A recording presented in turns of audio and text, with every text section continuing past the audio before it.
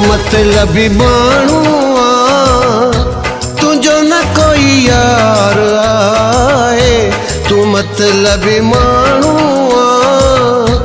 तुझो न कोई यार आहे।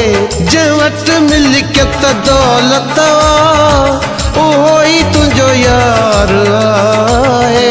तू मतलबी माण्हू तुझो न कंहिंसां प्यार आहे। तू मतलबी माण्हू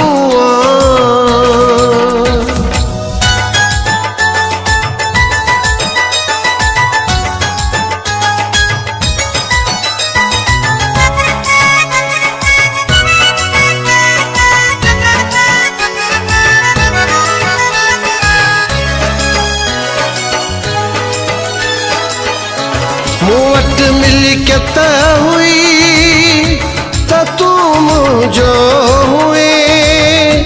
अची गुरबत वई बदिलजी तू वए। मूं वटि मिल्कियत हुई त तू मुंहिंजो हुए। अची गुरबत वई बदिलजी तू वए।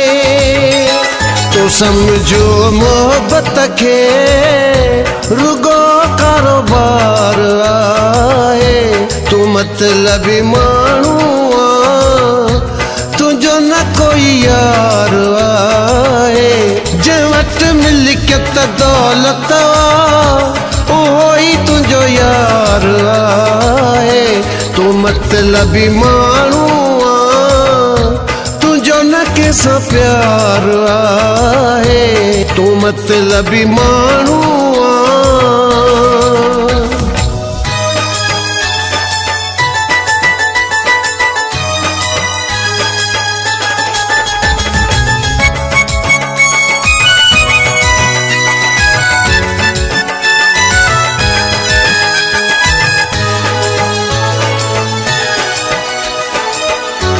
माण्हुनि खे फासाइण लाइ कंदो मजबूर तू पंहिंजे हुस्न ते केॾो मग़रूर।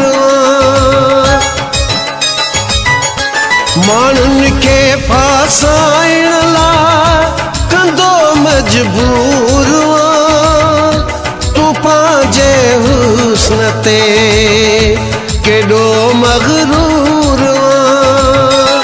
हे हुस्न जवानी मिठा रहंदी ॾींहं चार आहे। तू मतलबी माण्हू तुझो न कोई यार आहे। जे वट मिल्कियत दौलत उहो ही तुझो यार आहे। तू मतलबी माण्हू न कंहिंसां प्यार आहे। तू मतलबी माण्हू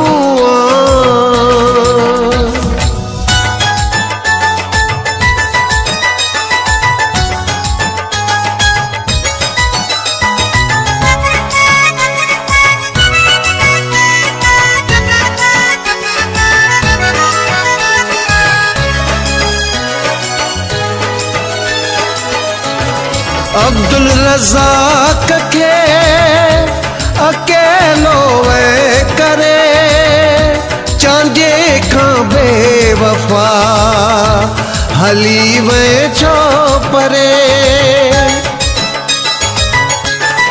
अब्दुल रज़ाक के अकेलो वे करे चांदे खां बेवफा हली वे छो परे। तोखे हाणे समझी वियो सॼो संसार आहे। तू मतलबी माण्हू तुझो न कोई यार आहे। जे वट मिल्कियत दौलत उहो ही तुझो यार आहे। तू मतलबी माण्हू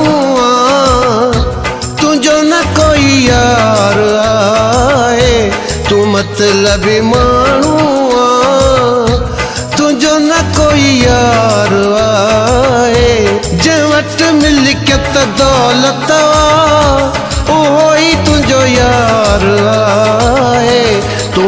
मतलबी माण्हू तुंहिंजो न कंहिंसां प्यार आहे। तूं मतलबी माण्हू